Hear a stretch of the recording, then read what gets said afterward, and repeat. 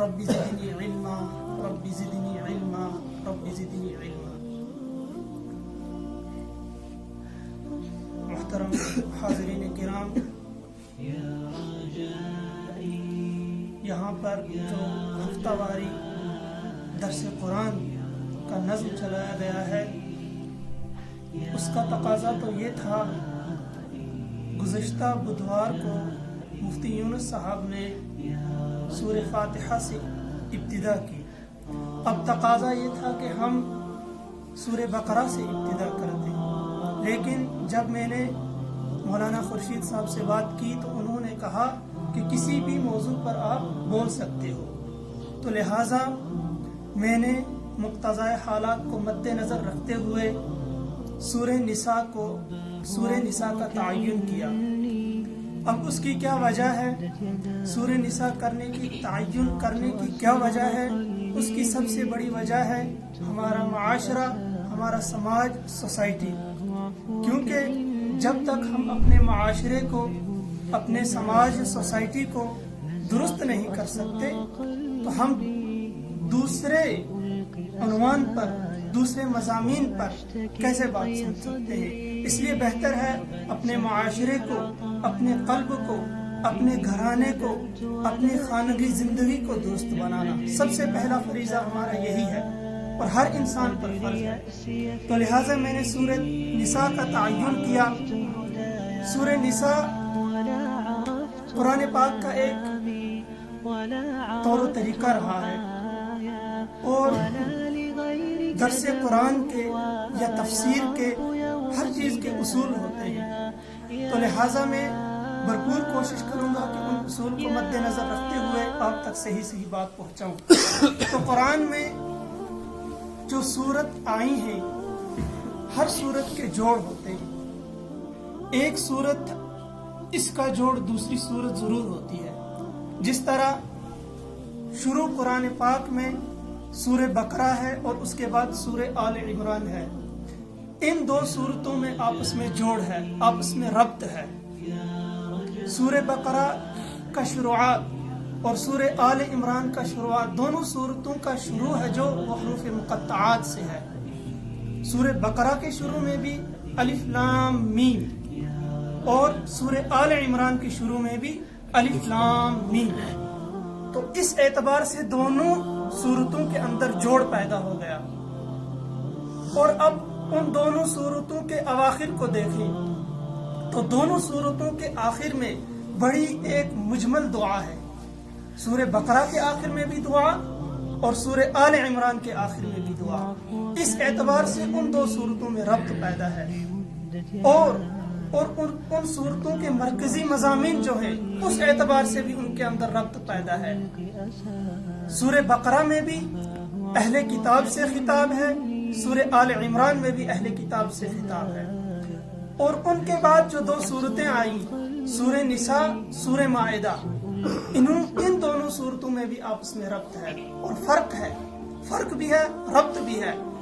یہ جو سورہ نساء ہے، اس کا شروعات یا ایھا الناس، یا ایھا الناس، اس سورت کا جو شروع ہو رہا ہے، اس سورت کی ابتدا میں یا ایھا الناس آیا، اور جو اس کے بعد سورہ مائدہ ہے اس میں بھی ہے یا ایھا الذین آمنوا، یا ایھا الذین، اس میں بھی خطاب کے طور پر آیا۔ اور لیکن ایک فرق ان دو صورتوں میں ہے، جو سورہ مائدہ ہے اس میں خطاب دو لوگوں سے ہے، جو سورۃ النساء ہے یہ واحد ایسی سورت ہے جس میں 3 لوگوں سے خطاب ہے۔ 3، سب سے پہلے مومن، مسلمان، اور نمبر 2 اہل کتاب، نصرانی ہو، یہودی ہو، مجوسی ہو، جو بھی ہو وہ اہل کتاب میں آتے ہیں، ان سے خطاب، اور تیسرا ایک اور خطاب جو منافقوں سے ہے۔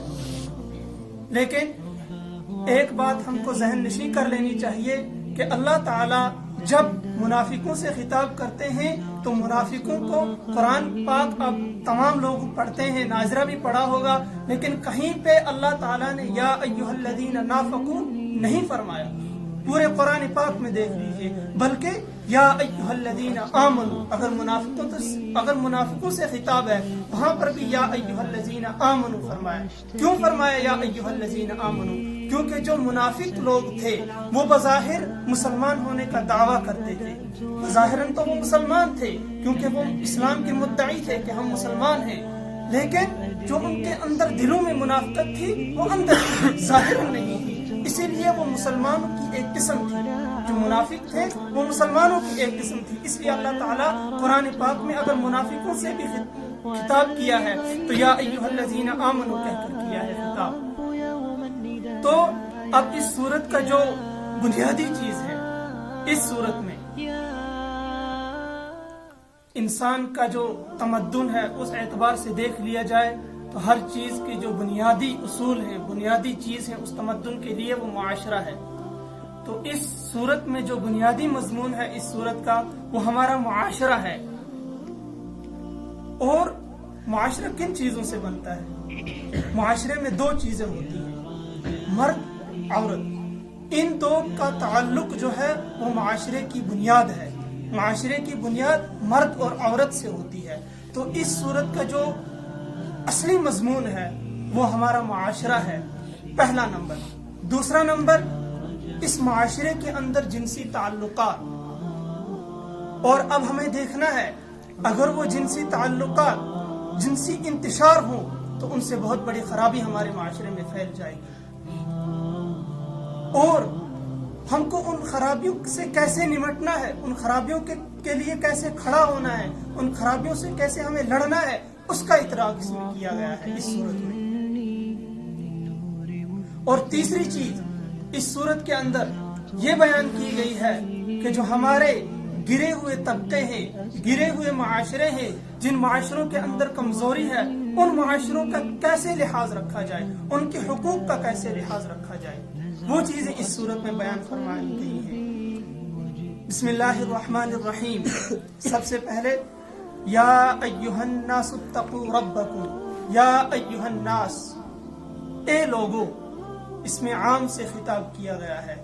عام کا مطلب اس میں مسلم، کافر، نصرانی، یہودی، مجوسی، تمام قسم کے لوگ شامل ہیں۔ یا ایھا الناس یہ خطاب عام ہے۔ اتقو، آگے فرمایا اتقو۔ عام محاوری ترجموں میں دیکھ لیا جائے، آپ لوگ ترجمہ کے قرآن پاک یہاں پر رکھے ہیں، ان میں بھی دیکھو گے اس کا ترجمہ کیا گیا ہے یا ایھا الناس، اے لوگو، اتقو، ڈرو، ربکم، اپنے رب سے۔ لیکن ہم اپنے استاد مولانا سلمان نسیم ندوی صاحب سے جب تفسیر پڑھ رہے تھے، انہوں نے فرمایا کہ جو اتقو ہے اس کا ترجمہ ہم ڈر نہیں کر سکتے۔ بے شک جن لوگوں نے ڈر ترجمہ کیا ہے صحیح ہے، لیکن جو اتقو کا تقاضا ہے وہ یہاں پہ پورا نہیں ہو رہا ہے۔ اتقو کے معنی آتے ہیں بچانا، اور اتقو کی جو تھوڑا بہت میں آپ کو اتقو الفاظ سے روشناس کرانا چاہوں گا۔ اتقو جو ہے یہ وقایقی وقایتن، وقایقی وقایتن ہوتا ہے بچنا، اور اسی کو اگر باب افتعال میں لے لیا جائے تو ابتقا یبتقی ابتقاءً، تو اس کو واو اور تا آپس میں مل جاتے ہیں تو اتقا، اور اسی سے متقی، بچنے والا، تو اسی سے خطاب کیا گیا ہے اتقو، اپنے آپ کو بچاؤ۔ اے لوگو، اپنے آپ کو بچاؤ، کس چیز سے بچاؤ؟ اللہ تعالیٰ کی مخالفت سے، اللہ تعالیٰ کی نافرمانی سے، اللہ تعالیٰ کے ناراض ہونے سے بچاؤ۔ ربکم، جو آپ لوگوں کا رب ہے۔ جو اتقو ہے، آپ جو یہاں پر یا ایھا الناس اتقو، اتقو ہے، اس کے تین پہلو ہیں، اس کے تین پہلو ہیں۔ سب سے پہلا جو بنیادی پہلو ہے وہ اس جگہ پر اللہ تعالیٰ بیان فرما رہے ہیں، اتقو، اپنے آپ کو بچاؤ۔ کیونکہ جب اللہ تعالیٰ نے انسان کو بنایا تو انسان کے اندر ایک شعور رکھا، ہر اس انسان کے اندر ایک شعور ہے کہ وہ اچھے اور برے کی تمیز کر سکے۔ ہر انسان، چاہے وہ کافر ہے، مجوسی ہے، نصرانی ہے، جس بھی مذہب کا ہے، لیکن اس کے اندر اچھے اور برے کی تمیز ضرور ہوتی ہے۔ اسی لیے اللہ تعالیٰ نے قرآن پاک کے شروع میں فرمایا الف لام میم ذالک الکتاب لا ریب فیہ ھدی للمتقین۔ یہ ان لوگوں کے لیے ہدایت ہے جو متقی ہیں. متقی کا مطلب جن کے اندر اللہ تعالیٰ نے وہ حس رکھی ہے. اللہ تعالیٰ نے ان کے اندر، جن کے اندر ضمیر ہوگا، جن کے اندر حس ہوگا، ان کے لیے ہے یہ متقی. یہ ہدایت جو کتاب ہے یہ ان کے لیے ہے جن کے اندر تھوڑا سا مادہ موجود ہوگا اچھے اور برے کی تمیز کرنے کا. ان کے لیے یہ ہدی للناس، قرآن پاک میں ہدی للناس وبینات من الہدی، یہ لوگوں کے لیے ہدایت ہے اور کھلی ہدایت ہے جس میں کوئی شک نہیں ہے. لیکن کن لوگوں کے لیے ہدایت ہے؟ جن کے اندر ضمیر موجود ہوگا، جن کے اندر حس موجود ہوگا، ان کے لیے ہدایت ہے. جن کے اندر تھوڑا سا بھی تقاضا ہوگا اپنے دلوں کے اندر اچھے اور برے پہچاننے کا، ان کے لیے تقاضا ہے. یہ جو متقی ہے، تقوی ہے، اس کا سب سے پہلا پہلو ہے. اور دوسرا پہلو کیا آتا ہے اس اتقا کا؟ جب انسان کے اندر قرآن کا علم آ گیا، کیونکہ قرآن کا علم سب سے پہلے اتقا کا کیا تقاضا تھا؟ پہلا پہلو کہ اس کے اندر ضمیر موجود ہو. جب ضمیر موجود ہو وہ قرآن پاک پڑھے گا، وہ اس قرآن کو دیکھے گا، اللہ کے علم کو دیکھے گا، اللہ کے علم کے سیکھے گا. جب اس کے اندر اللہ کا علم آ جائے گا، اللہ کے علم سے روشناس ہو جائے گا، نبی پاک صلی اللہ علیہ وسلم کی احادیث سے روشناس ہو جائے گا، تو دوسرا پہلو آتا ہے. دوسرا پہلو کیا آتا ہے؟ وہ بھی تقوی ہے، وہ بھی اپنے آپ کو بچائے گا. لیکن کس چیز سے بچائے گا؟ کہ اس ایسے کام نہیں کرے گا جس سے اللہ تعالیٰ ناراض ہو. یہ دوسرا پہلو ہے متقی کا، تقوی کا جو دوسرا پہلو ہے کہ وہ ایسے کام کرے گا جس سے اللہ تعالیٰ ناراض نہ ہو، اور جس کام سے اللہ تعالیٰ ناراض ہو اس سے وہ بچے گا، اپنے آپ کو بچائے گا. یہ دو پہلو ہیں. جب دو پہلو مکمل ہو جاتے ہیں، جو تیسرا پہلو ہے وہ پہلو اونچائی والا پہلو ہے. وہ پہلو سب سے اونچی منزل والا ہے، جس کو منتہا بولتے ہیں، جس کی کوئی انتہا نہیں. وہ والا پہلو، وہ پہلو کیسے ہم اس پہلو کے پاس کیسے پہنچ سکتے ہیں؟ وہ کیسے ہم جان سکتے ہیں وہ پہلو کیا ہے؟ سورہ انعام میں جب سورہ انعام نصف سے ہوتی ہے، یعنی آیت نمبر 93 سے آگے جب ہم جاتے ہیں سورہ انعام میں، وہاں اس کا جو تیسرا پہلو ہے اللہ تعالیٰ خود فرما رہے ہیں اذا متقوا وآمنوا وعملوا الصالحات. پھر فرمایا ثم اتقوا وآمنوا وعملوا الصالحات. پھر تیسری مرتبہ فرمایا ثم اتقوا واحسنوا واللہ یحب المحسنین. وہ آخری درجہ ہے متقی، وہ تقوی کا آخری درجہ ہے. تو اس میں جو یہاں پر یا ایھا الناس اتقوا فرمایا گیا ہے، یہ تقوی کا جو ادنا درجہ ہے وہ ہے. تو اس کے بعد فرمایا ربکم، اے لوگو بچاؤ اپنے آپ کو اللہ اپنے رب کی مخالفت سے. رب کے معنی کیا آتے ہیں؟ رب کے تین معنی آتے ہیں جو عام طور پر عبودیت کے اعتبار سے ہم لوگ دیکھ لیے جائیں. عام لوگ پر مذاہب، تمام مذاہب، ہمارے عام مذہب کے اعتبار سے جو رائج ترجمہ ہے اس کا، رائج جو اس کا مطلب ہے رب کا، وہ پروردگار ہے. رب کے دو اور معنی آتے ہیں. رب کے معنی پالنے والا اور رب کے معنی مالک. یہ تین اس کے مطلب ہوئے. سب سے پہلا مطلب پروردگار، دوسرا پالنے والا، تیسرا مالک. اب اس کا پالنے والا کیوں ترجمہ کیا گیا ہے؟ رب کا ترجمہ پالنے والا کیوں ہے؟ کیونکہ جو عرب کا پہلا رواج تھا، پہلے جو وہاں پر سماج سوسائٹی تھی عرب کی، وہاں پر غلام رکھے جاتے تھے. تو غلام کا جو مالک ہوتا تھا اس کو رب کہا جاتا تھا. رب اس لیے کہا جاتا تھا کیونکہ وہ اس غلام کی کفالت کرتا تھا، اس کو پالتا تھا. جو اس کے زیر نگین چاہے ایک غلام ہو، دو غلام ہو، ان کو وہ پالتا تھا. اور یہ غلام اس کو رب کہتے تھے، یعنی یہ ہمارا مالک ہے، مالک. تو اسی طرح یہ اصطلاح رب المال، مال کا مالک، کیونکہ جو مال ہوتا ہے اس کے دو ہوتے ہیں. ایک ہوتا ہے مال کا مالک، دوسرا ہوتا ہے عامل، جو اس کو اپنی محنت سے اس مال کو کمائے، لیکن جو اوپر ہوتا ہے وہ مالک ہوتا ہے. تو اس لیے رب کے تین معنی نکلے، ایک پروردگار، دوسرا پالنے والا، تیسرا مالک. اور اللہ تعالیٰ کے اندر یہ تینوں خوبیاں موجود ہیں. اللہ تعالیٰ ہم لوگوں کو پالتا بھی ہے اور ہمارا مالک اللہ ہے. اس لیے یہاں پر ہم ترجمہ کریں گے یا ایھا الناس اتقوا، اے لوگو بچاؤ اپنے آپ کو، ربکم اپنے مالک کی مخالفت سے. پھر آگے فرمایا الذی خلقکم من نفس واحدہ، الذی جس نے خلقکم تم لوگوں کو پیدا کیا، من نفس واحدہ ایک جان سے، وخلق منها زوجها اور بنائی اور پیدا کیا اس ایک جان سے اس کا جوڑا.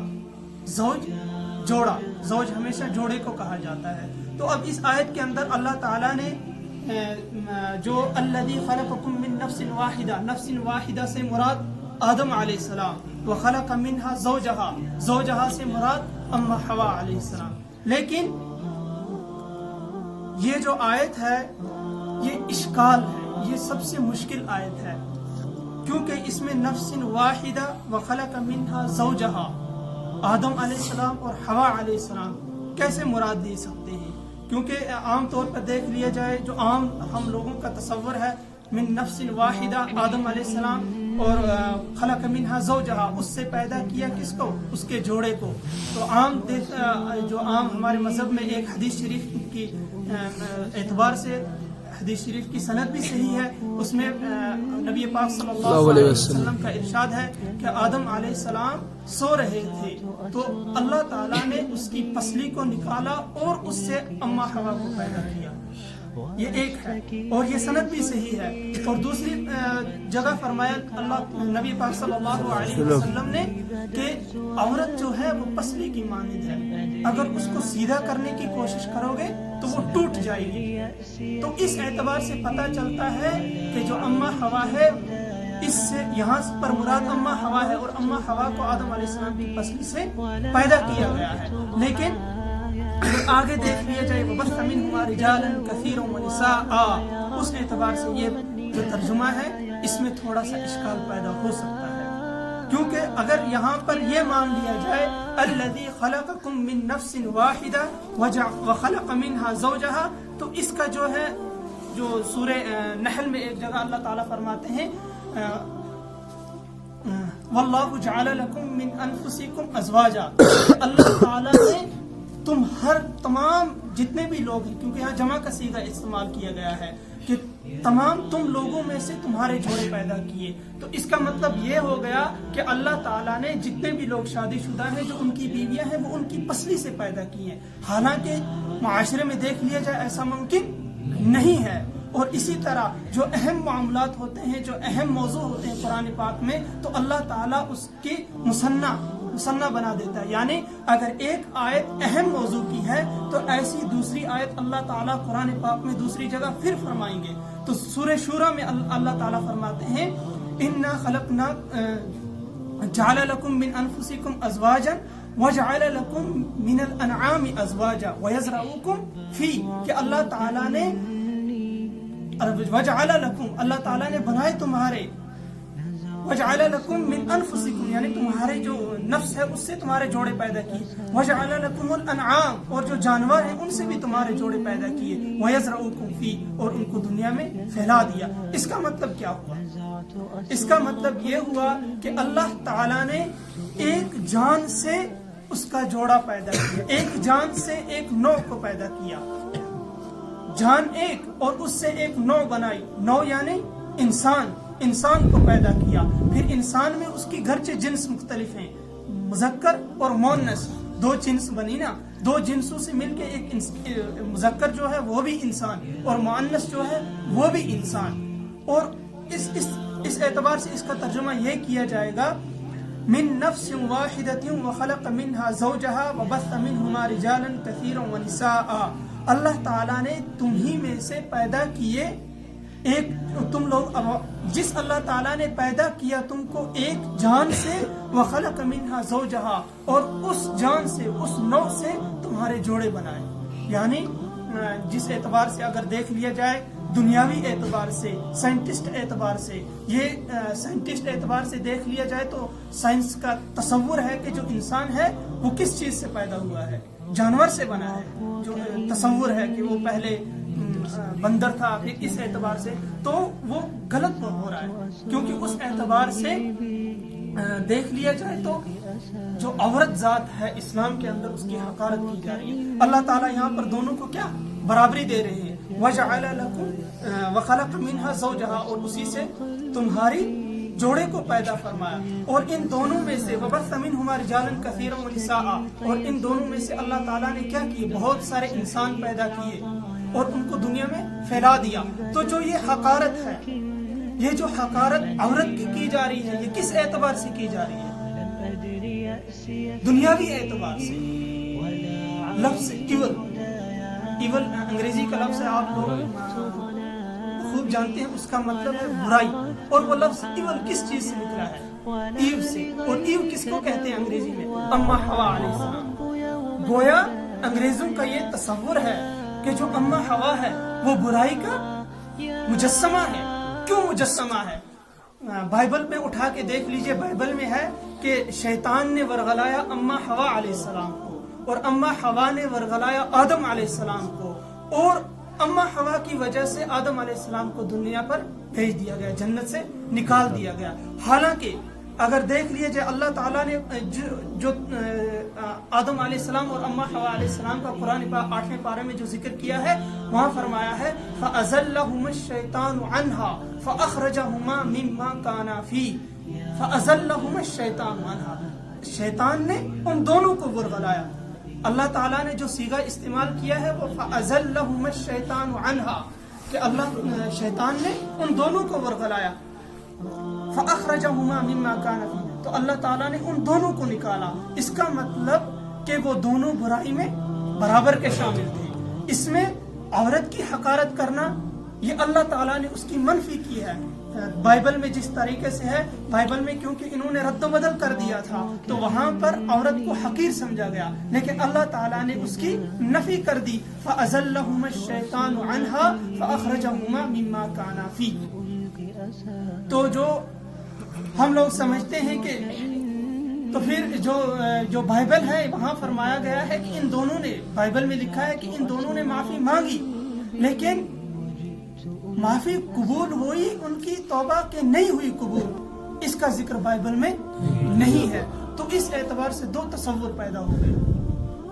اور قرآن پاک میں ہے ربنا ظلمنا انفسنا وان لم تغفر لنا وترحمنا لنکونن من الخاسرین، کہ ان دونوں نے مل کر معافی مانگی۔ اما حوا اور آدم علیہ السلام نے دونوں نے مل کر معافی مانگی، اور اس بات کو تورات میں بھی لکھا ہے کہ دونوں نے معافی مانگی، لیکن قبول ہوئی کہ نہیں ہوئی اس میں اختلاف ہے۔ اگر دیکھ لیا جائے تورات کے اعتبار سے، وہاں یہ چیز نہیں لکھی گئی ہے کہ ان دونوں کی توبہ قبول ہوئی، اس لیے ان کا تصور بن گیا کہ جو بھی اولاد، جو بھی بچہ دنیا میں پیدا ہوتا ہے نو مولود، تو وہ ایک گناہ کو لے کر پیدا ہوتا ہے۔ وہ کون سا گناہ؟ آدم علیہ السلام کا اور اما حوا کا، ان دونوں کے گناہ کا بوجھ اپنے کندھے پر لے کر پیدا ہوتا ہے۔ ان کا یہ تصور بن گیا کہ جو بھی بچہ پیدا ہو رہا ہے گناہ گار پیدا ہو رہا ہے۔ لیکن اللہ تعالیٰ کیا فرماتے ہیں سورہ اعراف میں ہے فَتَلَقَّى آدَمُ مِن رَّبِّهِ كَلِمَاتٍ فَتَابَ عَلَيْهِ، کہ اللہ تعالیٰ نے ان دونوں کی توبہ کو کیا کیا؟ قبول کیا۔ تو اس اعتبار سے اسلام کا جو تصور بنا وہ کیا بنا؟ نبی پاک صلی اللہ علیہ وسلم حدیث ہے کل مولود یولد علی، کیوں اسلامی فطرت میں پیدا ہوتا ہے؟ کیونکہ اللہ تعالیٰ نے اما حوا اور آدم علیہ السلام دونوں کی توبہ کو قبول فرما لیا تھا، اس لیے وہ فطرت پر پیدا ہوتا ہے۔ لیکن آگے اب انسان کا تصور ہے فَأَبَوَاهُمَا او يُحَوِّدَانِهِ او يُنَصِّرَانِهِ او يُمَجِّسَانِهِ، یعنی پھر ان کے ماں باپ کے اعتبار سے کہ وہ کس اعتبار سے ان کو تربیت دیتے ہیں، وہ یا اپنی اولاد کو یہودی بناتے ہیں یا نصرانی بناتے ہیں یا مجوسی بناتے ہیں، وہ ماں باپ پر ہے کہ وہ کس اعتبار کی تربیت اپنی اولاد کو کرتا ہے۔ جس اعتبار کی تربیت کرتا ہے اسی اعتبار سے اس کا مذہب ہوگا آگے۔ تو ہمارا تصور کیا ہوا اسلام کے اعتبار سے کہ جو بچہ پیدا ہوتا ہے وہ فطرت اسلام پر پیدا ہوتا ہے، اور ان لوگوں کا کیا تصور بن گیا کہ جو بچہ پیدا ہوتا ہے وہ گناہگار پیدا ہوتا ہے۔ کس چیز کا گناہ لے کر پیدا ہو رہا ہے؟ آدم علیہ السلام کا گناہ، کیونکہ ان کے تصور میں تورات میں اس چیز کو ذکر نہیں کیا گیا کہ ان کی توبہ قبول ہوئی، تو اللہ تعالیٰ نے اس تورات کی بات کو کیا کر دیا؟ ختم کر دیا، اس کو منسوخ کر دیا کہ نہیں، اصل بات یہ ہے یا ایھا الناس اتقوا ربکم الذی خلقکم من نفس واحدہ وخلق زوجہا وبث منہما رجالا کثیرا ونساء۔ بث یا بث، اس کے معنی دو آتے ہیں، پھیلانا، بکھیرنا۔ اللہ تعالیٰ نے جوڑے بنائے اور اس جوڑے سے بہت سے انسان، مرد اور عورتیں پیدا کی، اور ان کو پوری دنیا میں پھیلا دیا۔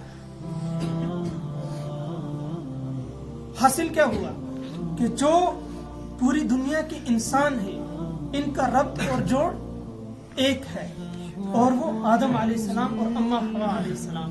یہاں آگے اللہ تعالیٰ نے فرمایا کہ پوری دنیا میں پھیلا دیا، لیکن جوڑ پیچھے سے ایک ہی ہے۔ پھر آگے فرمایا وَاتَّقُوا اللَّهَ الَّذِي تَسَاءَلُونَ بِهِ وَالْأَرْحَامَ۔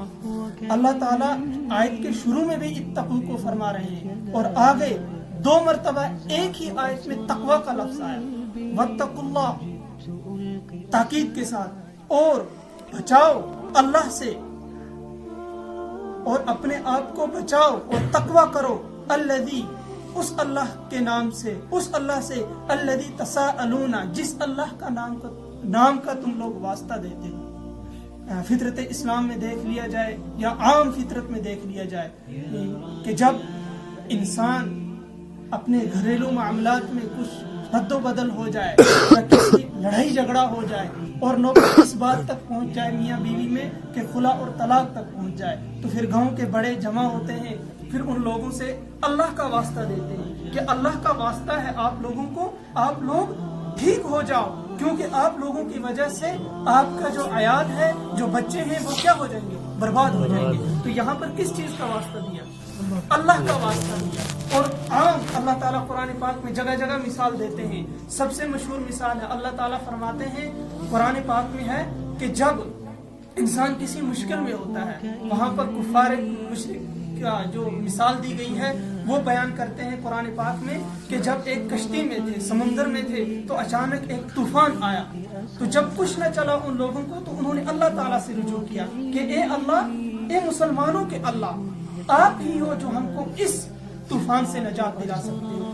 اس وقت ان کو اپنے جو معبود تھے، بہت سے معبود، ان سے بھروسہ اٹھ گیا، اور وعدہ کیا کرتے ہیں وہ اس وقت وہاں پر اس طوفان میں کہ اے اللہ، مسلمانوں کے اللہ، اگر آپ نے ہم کو اس طوفان سے بچا لیا تو ہم جب بچ جائیں گے تو آپ کی اتباع کریں گے۔ لیکن جب وہ اس عذاب سے بچ جاتے ہیں تو جب کنارے آ جاتے ہیں وہ اللہ کو بھول جاتے ہیں۔ یہ عام فطرت ہے۔ اسی طرح جب آپس میں انبن ہو جاتی ہے گھریلو معاملات میں، عام معاملات میں، تو دیکھ لیا جاتا ہے کہ لوگ اللہ کا واسطہ دیتے ہیں، کیونکہ جب تمام حدیں پار ہو جاتی ہیں، تمام جو بھی زور لگاتا ہے انسان سب پار ہو جاتا ہے، آخر میں اللہ تعالیٰ کا واسطہ دیتا ہے کہ تم کو اللہ کا واسطہ ہے، ٹھیک ہو جاؤ یا اپنے معاملات ٹھیک کر لو۔ اسی طرح اللہ تعالیٰ فرماتے ہیں کہ جس اللہ کا تم واسطہ دیتے ہو اس اللہ سے کی مخالفت کرنے سے ڈرو، اس کی برائی کرنے سے ڈرو، اس کو ناراض کرنے سے ڈرو، اس کی نافرمانی سے ڈرو، اس کے ساتھ نافرمانی کرنے سے ڈرو۔ یہاں پر پھر آگے فرمایا تساءلون بہ والارحام، جو اس آیت کا مرکزی مضمون ہے وہ ارحام کا لفظ ہے۔ آیت میں سب سے پہلے اللہ تعالیٰ نے اپنی تمہید بیان کی کہ اللہ تعالیٰ کی شان قدرت کیسی ہے، کس طرح سے اس نے انسان کو پیدا کیا، پھر کس طرح سے پوری دنیا کو فرمایا، پوری دنیا پر پھیلایا۔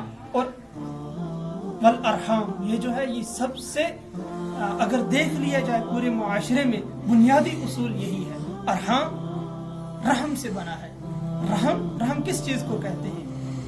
مادر، اس ماں کا وہ بچے دانی جس میں کوئی بچہ نشو نما ہوتا ہے اور بعد میں دنیا میں آتا ہے، جس میں وہ پلتا ہے، اس کو رحم کہتے ہیں۔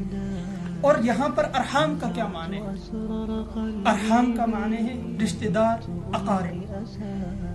اقارب اور رشتہ دار کے حقوق کی ادائیگی۔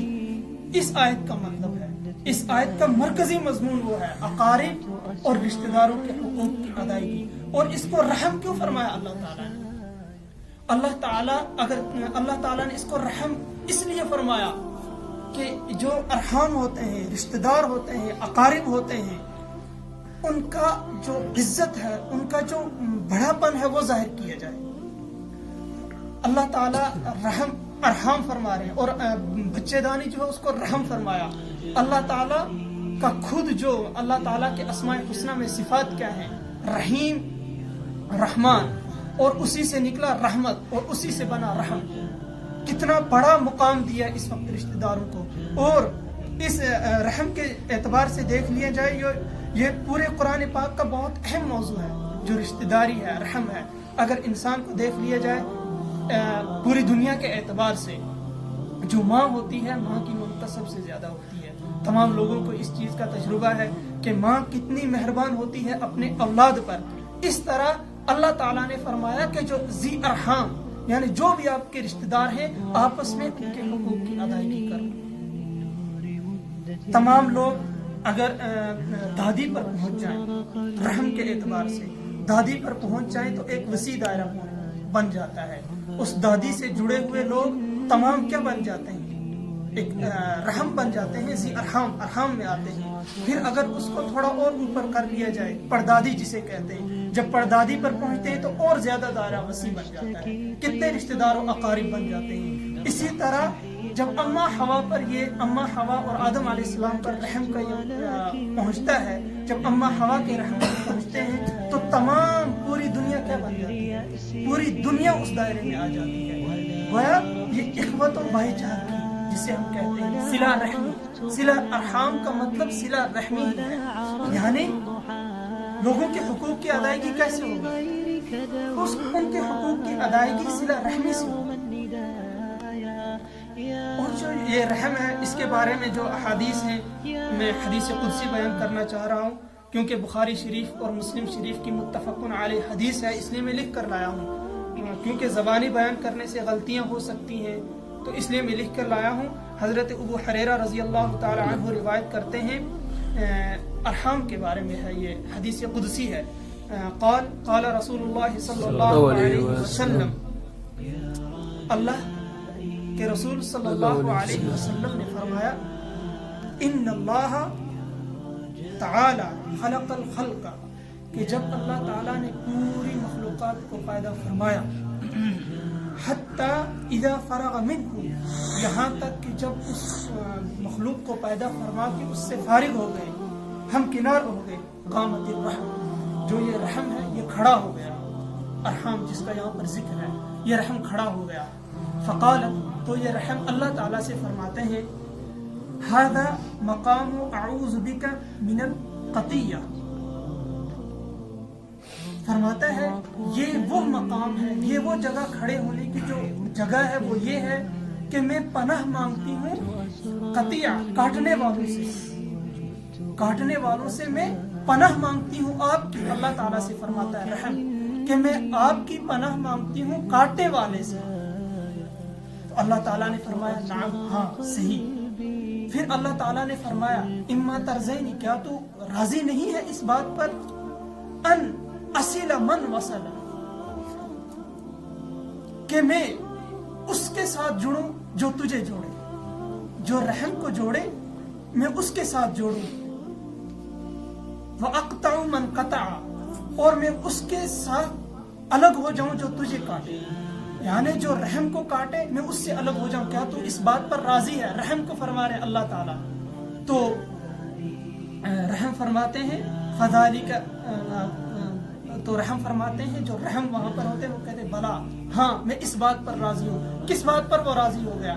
کہ جو صلہ رحمی کو کاٹے گا تو اللہ تعالیٰ اس سے کٹ جائیں گے، اور جو اس صلہ رحمی کو جوڑے گا اللہ تعالیٰ اس کے ساتھ جڑ جائیں گے.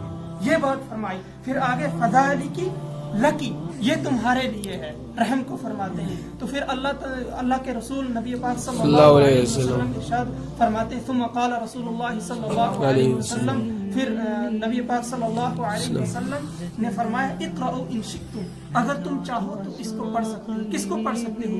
سورہ محمد کی آیت تلاوت فرمائی، فہل عصیتم ان تولیتم ان تفسدوا فی الارض وتقطعوا ارحامکم فاولئک الذین لعنهم اللہ فاصمهم اعمی وابصارهم.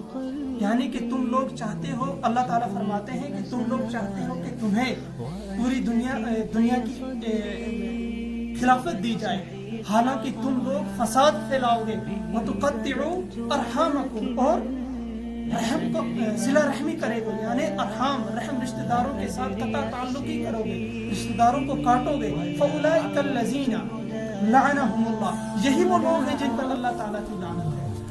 فَأَصَمُّهُمْ أَعْمَى، فَأَصَمُّهُمْ، اللہ تعالیٰ ان کو سب سے پہلے لعنت بھیجے گا، فَأَصَمُّهُمْ، اور ان کو بہرے کر دے گا، وَأَعْمَى أَبْصَارَهُمْ، اور ان کو اندھا کر دے گا، ان کی نگاہوں کو اندھا کر دے گا۔ تو جو یہ